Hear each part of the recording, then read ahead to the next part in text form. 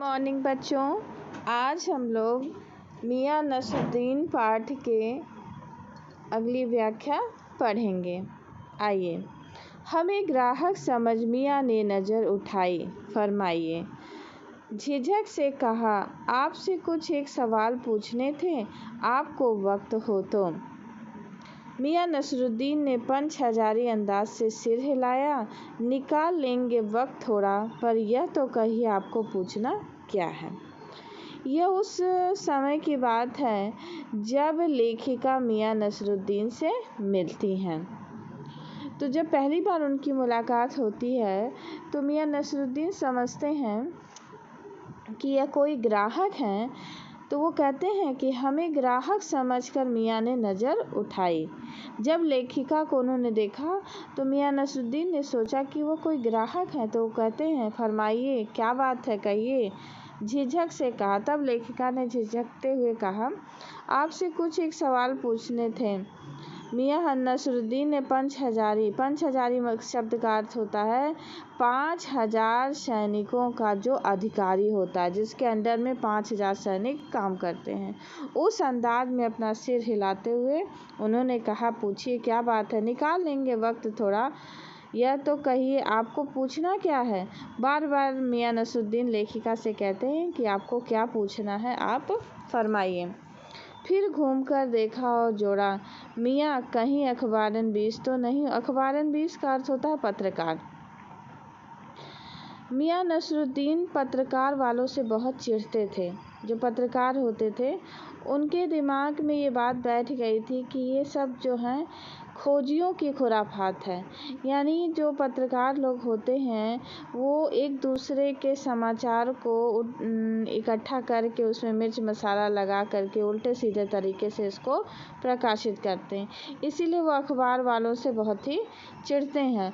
फिर उनको घूम करके लेखिका को देखते हैं और कहते हैं, कहीं आप अखबारनवीस यानी कोई पत्रकार तो नहीं है जो मुझसे सारी जानकारियाँ प्राप्त करना चाहते हैं। हम तो अखबार बनाने वाले और पढ़ने वाले दोनों को निठल्ला समझते हैं। मियां नसरुद्दीन कहते हैं कि मेरी नज़र में अखबार बनाने वाले और पढ़ने वाले दोनों ही निठल्ले होते हैं। निठल्ले माने बेकार, जिनको कोई काम नहीं होता वही अखबार पढ़ते हैं।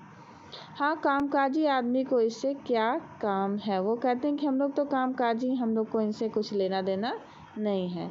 खैर, आपने यहाँ तक आने की तकलीफ़ उठाई है तो पूछिए क्या पूछना चाहते हैं। पूछना यह था कि किस किस की रोटी पकाने का इल्म आपने कहाँ से हासिल किया।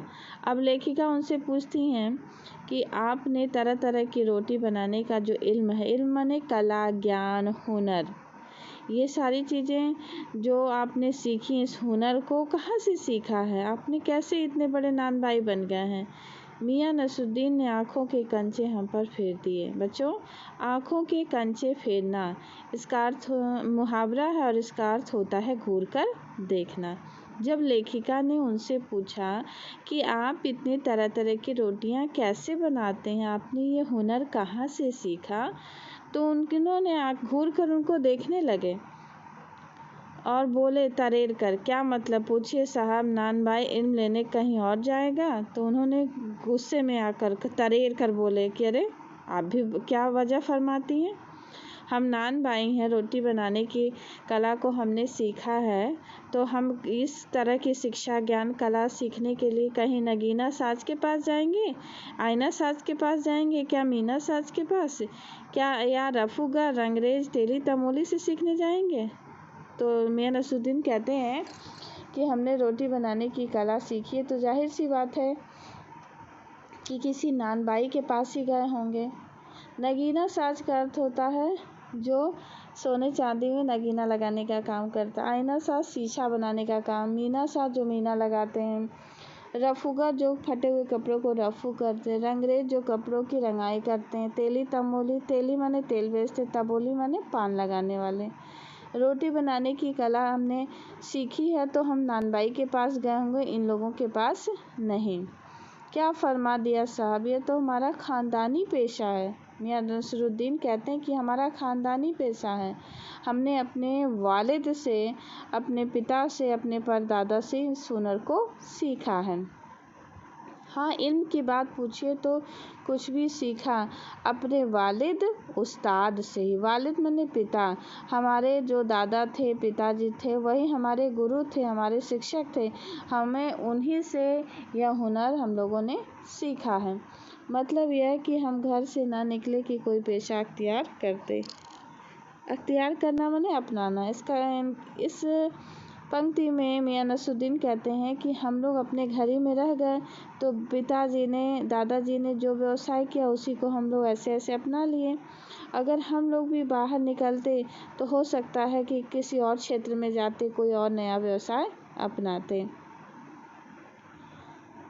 मतलब यह है कि हम घर से ना निकले कि कोई पेशा अख्तियार करेंगे। हम लोग घर से कभी नहीं निकले, इसलिए हमने कोई और दूसरा व्यवसाय अपनाया नहीं। जो बाप दादा का हुनर था वही उनसे पाया और वालिद मरहूम के उठ जाने पर आ बैठे उन्हीं के ठिये पर। यहाँ गलत दिया है, दिए नहीं है, ठिये है। ठिया माने स्थान। मेरे वालिद जब चले गए, मर गए, मृत्यु हो गई, तो मैंने उन्हीं के व्यवसाय को वैसे ही अपना लिया।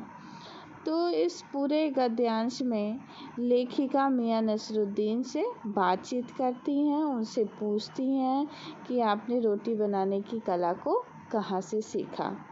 तो बच्चों, इस जो गद्यांश है इसमें कुछ प्रश्न बनते हैं, जैसे पंच हजारी अंदाज से क्या तात्पर्य है। दूसरा, अखबारनवीस किसे कहते हैं। तीसरा, मुहावरा आँखों के कंचे फेरना का क्या मतलब है। और लेखिका ने मियाँ नसरुद्दीन से उनके पेशे के बारे में क्या क्या बातचीत की। इस तरह से आप इन प्रश्नों का उत्तर लिख करके मुझे दिखाएंगे। आपके वालिद मियाँ नसरुद्दीन की आंखें लम्हा भर को किसी भट्ठी में गुम हो गईं। जब लेखिका कृष्णा सोबती ने उनके वालिद यानी पिता के बारे में पूछा तो मियाँ नसरुद्दीन की आंखें कुछ देर के लिए पुरानी यादों में खो गईं। लम्हा भर को भट्ठी में गुम होने का मतलब है पुरानी बातों में खो जाना। लगा गहरी सोच में है, फिर सिर हिलाया। क्या आँखों के आगे चेहरा जिंदा हो गया? हाँ, हमारे वालिद साहब मशहूर थे। लेखिका ने पूछा कि लगता है आपको के सामने पुरानी यादें फिर से ताज़ा हो गईं। हमारे वालिद साहब मशहूर थे मियाँ बरकत शाही नानबाई गढ़ैया वाले। ये अपने पिता के बारे में बताते हैं कि मेरे पिताजी मियाँ बरकत शाही नानबाई गढ़ैया वाले के नाम से प्रसिद्ध थे और उनके वालिद यानी मेरे पिताजी के पिताजी यानी मेरे दादाजी थे आला नानबाई मियाँ कल्लन। इनके पिताजी बरकत शाही नानबाई गढ़ैया वाले के नाम से प्रसिद्ध थे और इनके दादाजी आला नानबाई मियाँ कल्लन के नाम से। आपको इन दोनों में से किसी की कोई नसीहत याद है? लेखिका फिर पूछती हैं कि आपके पिता और दादा से आपको कोई नसीहत सीख मिली हो तो आप बता दीजिए। नसीहत काहे की मियाँ, काम करने से आता है, नसीहतों से नहीं। मियाँ नसरुद्दीन ने बताया कि कोई भी काम करने से आता है, नसीहत से नहीं। यही इस पाठ का पूरा आदर्श वाक्य है कि किसी भी काम को जब हम करते हैं तभी वह काम हमें आता है। कोई हमें कितना भी भाषण देता रहे, सिखाता रहे, जब तक उसको हम अभ्यास में नहीं लाएंगे तब तक वह काम हमें नहीं आएगा। वजह फरमाया। लेखिका ने कहा, हाँ आप ठीक ही कहते हैं, पर यह तो बताइए कि जब आप इस काम पर लगे तो वालिद साहब ने सीख के तौर पर कुछ तो कहा होगा। आपके पिता ने ज़रूर आपको कुछ सिखाया होगा, बताया होगा। नसरुद्दीन साहब ने जल्दी जल्दी 2 कश खींचे, फिर गला साफ किया और बड़े अंदाज से बोले, अगर आपको कुछ कहलवाना ही है तो बता दिए देते हैं। आप जानो, जब बच्चा उस्ताद के यहाँ पढ़ने बैठता है तो उस्ताद कहता है कह अलिफ, बच्चा कहता है अलिफ। कह बे, बच्चा कहता है बे। कह जीम, बच्चा कहता है जिम। यानी मियाँ नसरुद्दीन उनको कहते हैं कि जब छोटे बच्चे पहली बार स्कूल में जाते हैं तो उनके गुरु अध्यापक जो होते हैं उनको अक्षरों का ज्ञान कराते हैं। ये बच्चों उर्दू अक्षर हैं, अलिफ बे जिम। जैसे हम लोग हिंदी वर्णमाला में अ आ क ख ग घ ये सब पढ़ते हैं, वैसे ये उर्दू के अक्षर हैं। तो जब छोटा बच्चा पहली बार स्कूल जाता है तो उसके शिक्षक उसको अक्षरों का ज्ञान कराते हैं। इस बीच उस्ताद जोर का एक हाथ सिर पर धरता। उस्ताद माने गुरु। जब बच्चे को कुछ नहीं समझ में आता तो एक झापड़ अगर गुरु का पड़ जाता है तो शागिर्द यानी शिष्य को वो चीज़ें याद हो जाती हैं, समझ में आ जाती हैं। समझे साहिब, एक तो पढ़ाई ऐसी यानी एक पढ़ाई ऐसी होती है जिसमें कोई भी बच्चा शुरू से वर्ण अक्षरों का ज्ञान प्राप्त करके धीरे धीरे वो बड़ी कक्षा में जाता है। और दूसरी पढ़ाई बताते हैं।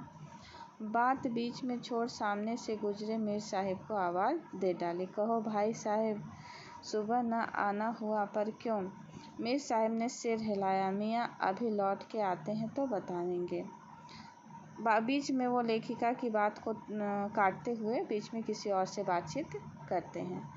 आप दूसरी पढ़ाई की बाबत कुछ कह रहे थे। लेखिका फिर उनसे कहती हैं कि आप कुछ बाबत माने बारे में, आप दूसरी पढ़ाई के बारे में कह रहे थे, ज़रा उसके बारे में भी बताइए।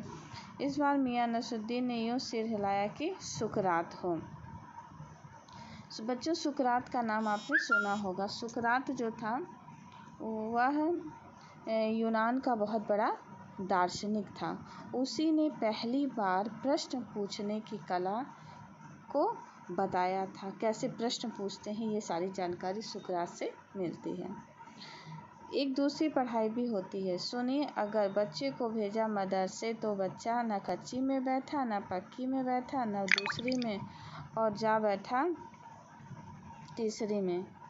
हम यह पूछेंगे कि उन 3 जमातों का क्या हुआ। जमात का अर्थ होता है कक्षा, यानी इसके माध्यम से ये कहना चाहते हैं कि अगर बच्चे को शुरू से क ख ग घ अ आ ई ABCD नहीं पढ़ाया गया और उसको सीधे बड़ी क्लास में भेज दिया गया 11th-12th में पढ़ने के लिए, तो बच्चा क्या सीखेगा? कुछ नहीं। यानी किसी भी क्षेत्र में आगे हमें बढ़ना है तो सबसे पहले बेसिक नॉलेज, आधारभूत ज्ञान होना हमें बहुत ज़रूरी है। तो वही बताते हैं कि बच्चे को छोटी क्लास में आजकल क्या है, पहले प्ले वे में पढ़ाते हैं, फिर नर्सरी, LKG, UKG, जिस तरह से बच्चा जा कर के बड़ी कक्षा में पहुंचता है। तो बच्चों, यहाँ पर मदरसा आया। मदरसा उच्च शिक्षा का केंद्र होता है और मकतब प्राथमिक शिक्षा का केंद्र होता है। ये दोनों ही मुस्लिम शिक्षा के केंद्र हैं। तो वो कहते हैं कि बच्चे को प्राथमिक शिक्षा दी ही नहीं गई और सीधे उनको मदरसा भेज दिया गया उच्च शिक्षा में, तो बच्चों को कोई भी ज्ञान नहीं होगा। और जा बैठा तीसरे में। हम ये पूछेंगे 3 जमातों का क्या हुआ। जमात माने कक्षा। क्या हुआ उन 3 क्लासों का? अपना ख्याल था कि मियाँ नसरुद्दीन नान भाई अपनी बात का निचोड़ तो निकालेंगे, पर वो हम ही पर दागते रहे। आप ही बताइए, यह 2-3 जमातों का क्या हुआ? यानी प्ले वे नहीं पढ़ाए, प्राथमिक शिक्षा नहीं दिए, उसके बाद 8th 9th 10th इस तरह से पढ़ाए नहीं, उनको सबसे ऊंची क्लास में भेज दिए, तो बच्चे नहीं पढ़ पाएंगे। यह बात मेरी समझ के तो बाहर है। इस बार शाही नानबाई मियाँ कलन के पोते अपने बच्चे कुछ दांतों से खिलखिला के हंस दिए। मतलब मेरा क्या साफ न था, लो साहिबो अभी साफ हुआ जाता। उनको लेखिका को बात कुछ स्पष्ट नहीं हो रही, तो स्पष्ट करते हुए कहते हैं कि ज़रा सी देर को मान लीजिए, हम बर्तन धोना ना सीखते, हम भट्ठी बनाना ना सीखते, भट्ठी को आँच देना ना सीखते। यानी मियाँ नसरुद्दीन कहते हैं कि हमने हर छोटी से छोटी चीज़ें की हैं, छोटे से छोटा काम किया है। यानी बर्तन धोया है, भट्ठी बनाया है, भट्ठी में आँच कैसे लगाते हैं, वो खोमचा लगाना, यानी सबसे छोटा से छोटा काम किया है। तब करते करते करते आज हम इतने बड़े नानबाई बने हैं। तो बच्चों, अगर हमें सफलता की उच्च सीढ़ी पर, मंजिल पर अपने ध्येय तक पहुंचना है तो हमें पहले छोटे से छोटे काम को करना होगा, सीखना होगा, आधारभूत ज्ञान लेना आवश्यक है अगर हमें कहीं ऊंचाई पर पहुंचना है। अगर हम ये सोचते हैं कि हमें बेसिक नॉलेज नहीं है, ज्ञान नहीं है और हम हर बड़ी से बड़ी क्लास में पढ़ सकते हैं, तो ये संभव नहीं है। तो इस प्रकार मियाँ नसरुद्दीन जो है अपनी बात के द्वारा लेखिका को बताते हैं कि किस तरह से वह इतने बड़े नानबाई बने। बच्चों, इस गद्यांश से कुछ प्रश्न बनते हैं, जैसे मकतब और मदरसा क्या होता है। दूसरा कि यहाँ पर उन्होंने ये सब अलिफ बे जीम ये सारी चीज़ें क्या हैं, सुकरात कौन थे, जमात से क्या तात्पर्य है आदि। इन प्रश्नों का उत्तर आप लोग लिखकर दिखाएंगे।